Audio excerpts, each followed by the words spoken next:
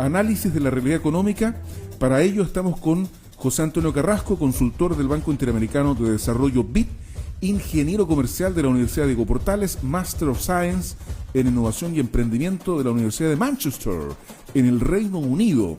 ¿Cómo estás, José Antonio? Muy buenos días, gracias por atendernos. Hola Álvaro, hola Joyce, buenos días, muy bien, muchas gracias. Qué bueno, pues, qué bueno, José Antonio, estamos en contacto contigo vía Skype para hablar de un tema que es re interesante y parece que podría tener una lectura un tanto extraña después de la primera conclusión que uno saca. Crear empresas siempre debe ser bueno, pero parece que no está tan claro, Joyce. Así es. ¿De qué se trata esto? Hemos tomado el tema de el aumento de la creación de empresas durante febrero y le preguntamos a José Antonio, que sabe de esto de emprendimiento e innovación, cuáles son las señales que muestra esta cifra. Y por eso le pedimos que nos pudiese acompañar hoy, esta mañana. O sea, ¿se han creado más empresas durante el mes de febrero en plena pandemia? ¿Eso es bueno o es malo? ¿Qué es lo que indica, José Antonio? Sí, la verdad es que es una cifra bien impresionante, sobre todo si seguimos la tendencia desde el año pasado. La verdad es que el mes de febrero, que es un mes mucho más tranquilo, que haya una cifra tan alta, en torno a los 15.000, 16.000, si no me equivoco, solicitudes de creación de nuevas empresas, ya a través del sistema online, en el fondo, ya sea de empresas en un día o sistemas resumidos de creación de empresas. Eso es bueno, sin embargo, si lo ponemos en el contexto de que también, por otro lado, ha habido destrucción de empleo producto de la pandemia, del cierre de muchos negocios tradicionales. Un análisis puede ser que se estén traspasando en el fondo calidades de empleo distintas, en el sentido de que de empleo asalariado hacia nuevos empleos producto de empleo por cuenta propia o creación de empresas por parte de quienes han perdido el trabajo, por ejemplo. Ya la verdad es que ahí hay un fenómeno que ciertamente existe, todavía no está clara la proporción, ya porque también pueden ser empleos adicionales para quienes han visto disminuidos sus ingresos, que puede que estén creando empresas para poder complementarlos. Ahora, siempre es bueno que las empresas sean formales, o sea, en ese sentido, en términos absolutos, entre operar de manera informal por internet y, por ejemplo, bueno, ahora con la pandemia ya no es posible estar en los paseos peatonales, ya con tu microempresa. La formalización siempre es buena, eso sí es un hecho objetivo. Sin embargo, respecto de la calidad y la sobrevida de estas empresas, la verdad es que los datos todavía son muy recientes como para saber cuánto van a durar estas empresas y ver si son sostenibles en el tiempo. ¿Qué datos se requerirían, José Antonio, para hacer esa proyección de si estas empresas van a pasar más allá de los 3, 6 meses que es habitual que desaparezcan? Uh-huh.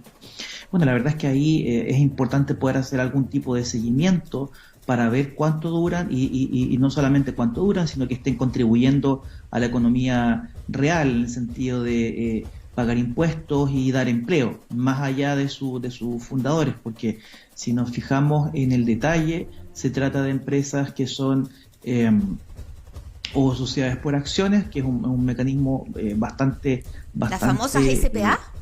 Las famosas SPA o EIRLs, en el fondo tienden a ser sociedades menos complejas respecto de sus requisitos legales que deben cumplir y todo lo que estipula en cuanto a las declaraciones de los socios en cuanto a información. Por lo tanto, es más sencillo, ¿ya? Y eso es lo que más se ha estado creando en el tiempo. Por lo tanto, para saber cómo les fue, habría que hacer un buen seguimiento respecto de su duración, de su tributación y de su contribución al empleo en cuanto a la contratación de personas. Eso sería un buen impacto.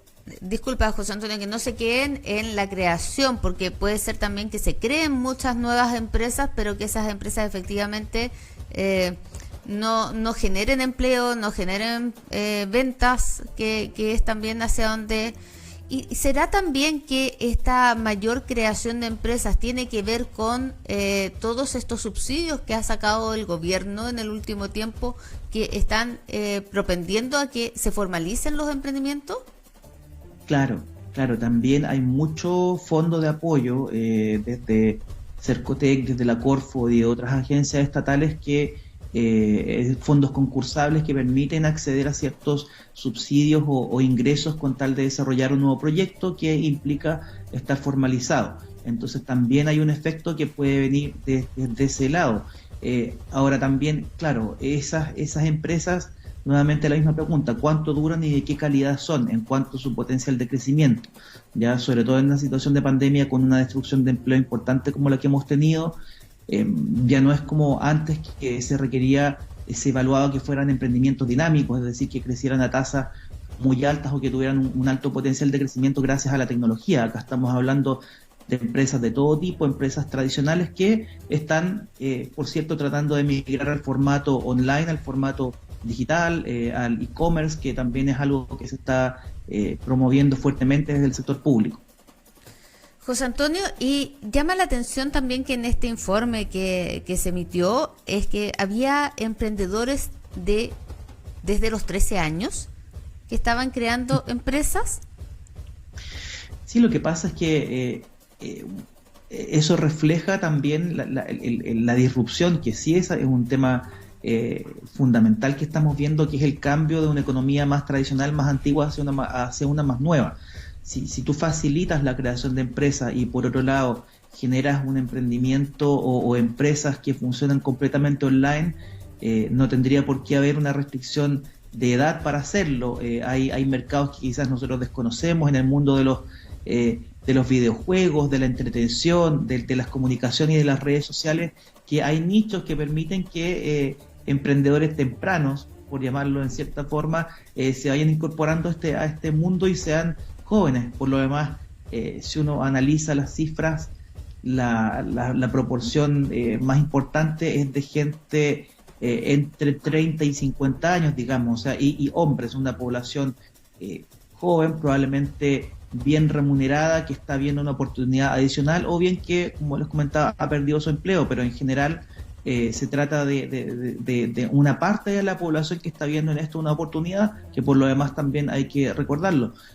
Todos estos trámites de creación en línea también generan un tema de acceso. No todo el mundo maneja toda la información y todas las capacidades digitales para poder hacerlo. Por lo tanto, ahí también hay algo de lo que hay que hacerse cargo en tratar de democratizar este acceso para que todos puedan crear empresas, si es que así lo deciden. Sin embargo, tener emprendedores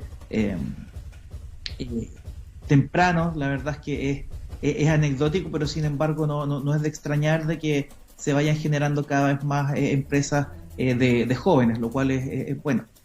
Qué curioso, Álvaro, que haya emprendedores de 13 o 14 años, pero que sean personas que no pueden sufragar. Bueno, paradojas. Sí, sin duda. Una gran paradoja la que tú estás planteando, pero yo creo que de cualquier manera te la radia para la suma en este diálogo con José Antonio Carrasco, consultor del Banco Interamericano de Desarrollo. En una época de crisis tan severa como la que estamos viviendo, esta capacidad de resiliencia de los emprendedores siempre es una buena noticia, independiente que al final pierdan una batalla, pero no la guerra. Muchos de ellos van a quedar en el camino, pero que se esté haciendo el empeño, el esfuerzo por salir adelante, es algo que hay que aplaudir sin ninguna duda y puro apoyar nomás. Sí, pues llama la atención esto de la formalización, porque efectivamente uno de los problemas que tenía la creación de nuevos emprendimientos era que no eran formales. Claro, tienes toda la razón. Bueno, pues José Antonio Carrasco, consultor del BID, muchas gracias por haber aceptado esta invitación nuevamente a dialogar con nosotros en el madrugador análisis de la realidad económica aquí en Buena Costumbre. Te deseamos que tengas un muy buen día.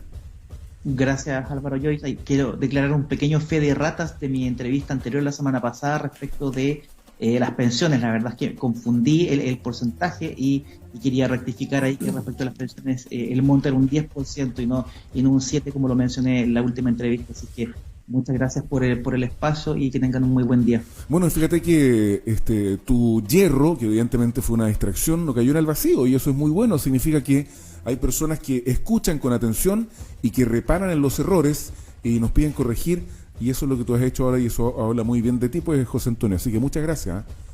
Gracias a ustedes, que tengan buen día.